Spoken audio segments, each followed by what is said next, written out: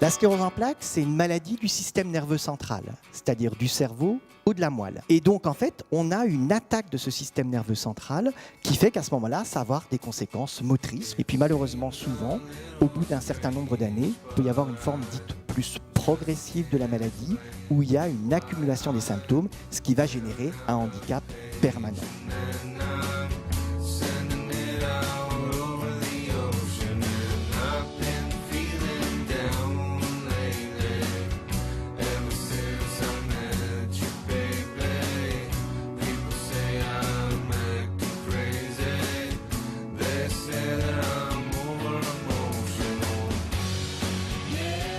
Cette campagne a aussi pour objet de casser les barrières qui peuvent exister entre les professionnels de santé et les patients. Je crois qu'on peut vraiment parler d'aventure humaine.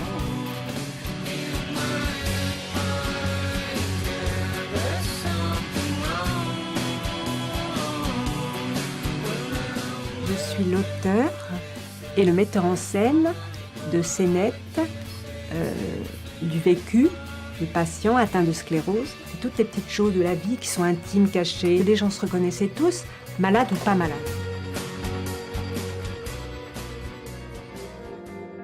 Qu'est-ce que c'est ? Mais qu'est-ce que c'est ? Je passe ma main sur ma jambe et je la sens à 10 cm de ma peau, une sensation de watts. Vous avez certainement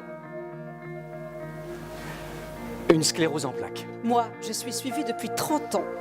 Et j'ai attendu 10 ans pour qu'on me dise que j'avais une CEP. Pendant tout ce temps, j'ai pas su ce que j'avais. Mais on avait du mal à l'annoncer.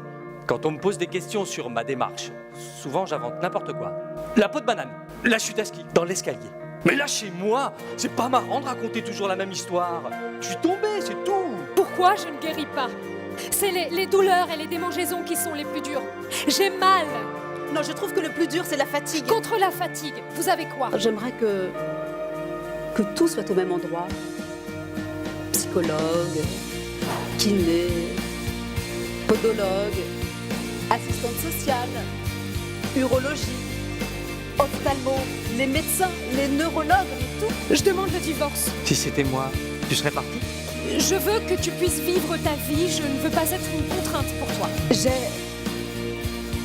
une sclérose en plaques. Dans le monde du travail... C'est difficile pour un employeur. T'as déjà eu à faire des démarches administratives? Ah oui, fatigant. Ah ouais, c'est comme la prise en charge pour les aides de toutes sortes, mais c'est le parcours du combattant. Combattre la maladie. La meilleure façon, c'est de continuer à faire ce qu'on aime.